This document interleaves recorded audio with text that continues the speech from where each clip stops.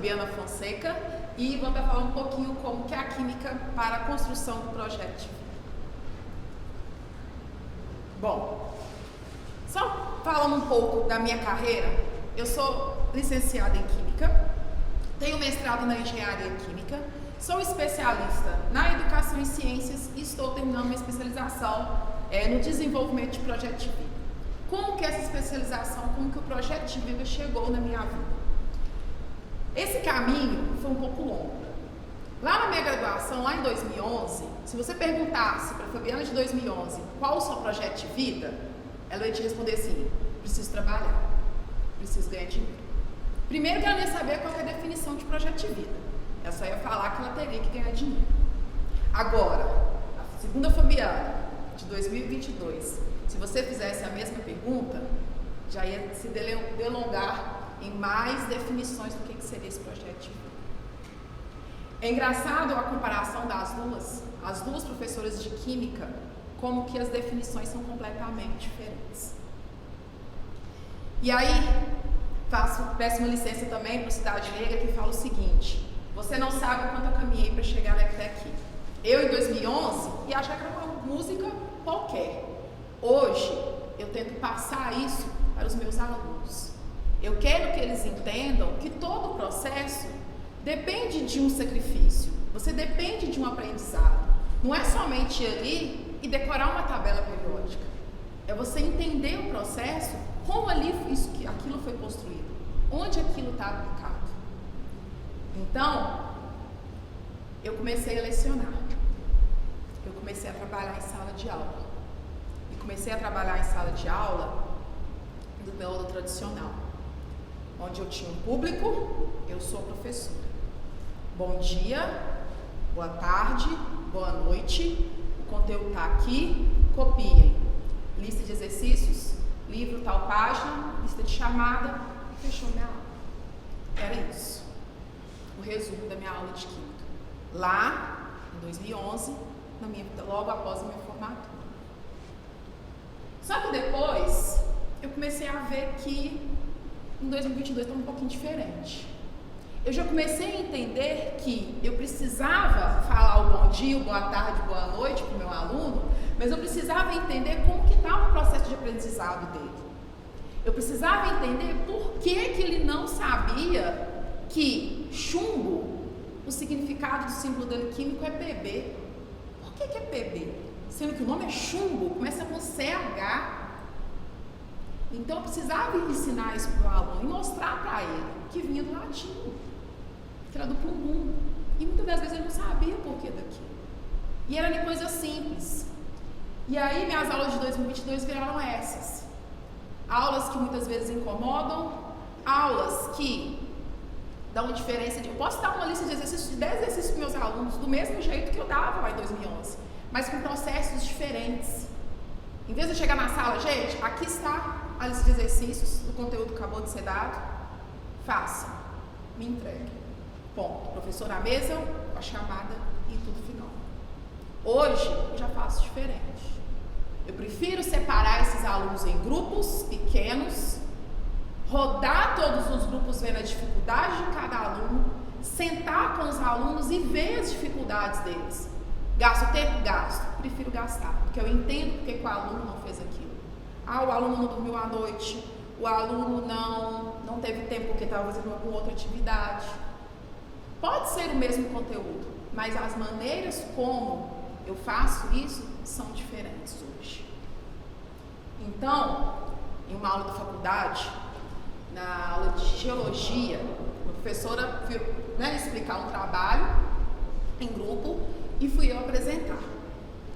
No final da apresentação, a professora foi fazer os comentários sobre o trabalho e virou para mim e falou assim: você será uma ótima professora. Eu já olhei para ela, professora? Você está enganada. E isso ficou martelando na minha cabeça. Detalhe, eu fazia um curso de licenciatura em Química e não sabia se eu queria ser professora, mas tudo bem. Ficou na minha cabeça aquilo, a professora falou, passou. E aí veio essa dúvida: será que eu vou ser professora de Química mesmo? Falei, tá, então eu vou dar aula na universidade, porque eu não sei mexer com adolescente. Tudo bem. Me formei, né? E fui dar as aulas. Comecei a lecionar. Minha primeira turma foi uma turma de física. Eu não consegui aula de química, fui dar de física, já foi um embate muito grande. Dei as aulas de física.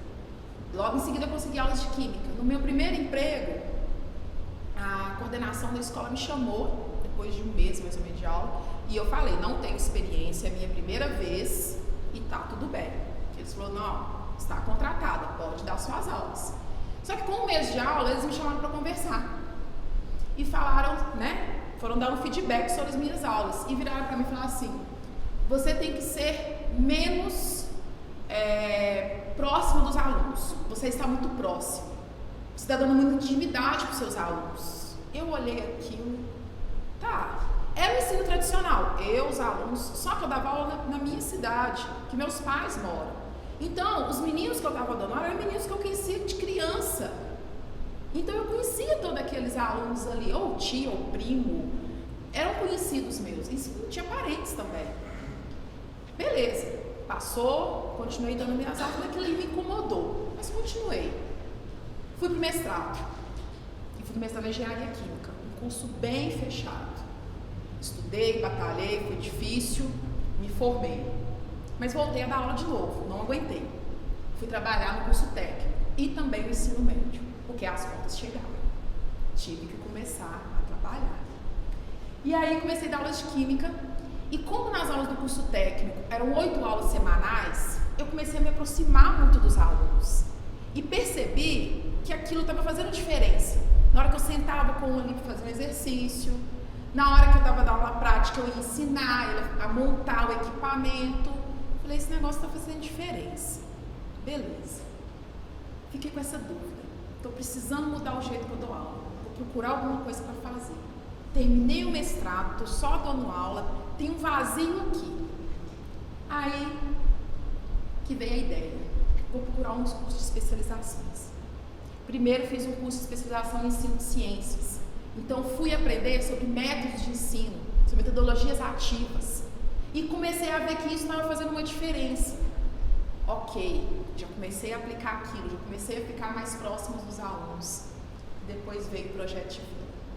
O convite a ser professor de projeto de vida. Eu falei, mas eu? Professor de química? Dar de projeto de vida? Não tem nada a ver, eu sou de exatas, eu sou um pensamento muito rápido. Eu gosto das coisas simplificadas. Eu não delongo as coisas, não. Não, o colégio falou, você vai ser nosso professor de projeto de vida. Eu gosto de desafio, né? Fui eu dar aulas de projeto de vida. E aí meu olhar mudou. Meu olhar para os meus alunos, o olhar para os meus colegas, o olhar para os meus amigos, tudo mudou. Até para minha família. Comecei a dar valores a coisas que eu não dava mais. Comecei a enxergar problemas onde eu não via antes. E comecei a me dar valor. Comecei a me conhecer. Comecei a ver coisas que eu não dava muitas vezes importância e comecei a dar importância naquele momento. E comecei a aproximar dos meus alunos mais. E ver que independente da rede que eu trabalho, seja particular ou seja estadual, os alunos estão ali todos com problemas. Diferentes, mas todos com problemas. E aí essa mudança de olhar começou a ver diferente esse tipo de prova.